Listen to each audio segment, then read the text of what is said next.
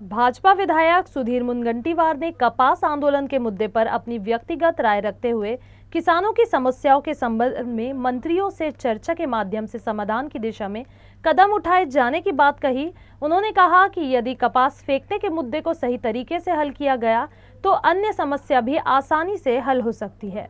कापूस फेकण्याच्या ऐवजी मला व्यक्तिगत रीतीने वाटतं की शेतकऱ्यांच्या प्रश्नाच्या संदर्भात मंत्री महोदयांशी चर्चा, संवाद आणि त्यातून समाधान या मार्गावर गेलं पाहिजे। कापूस फेकून जर प्रश्न सुटले असते तर या देशामध्ये अनेक प्रश्न सहजासहजी सुटले असते। एखादी गोष्ट फेकायची आणि प्रश्न सोडवायचा।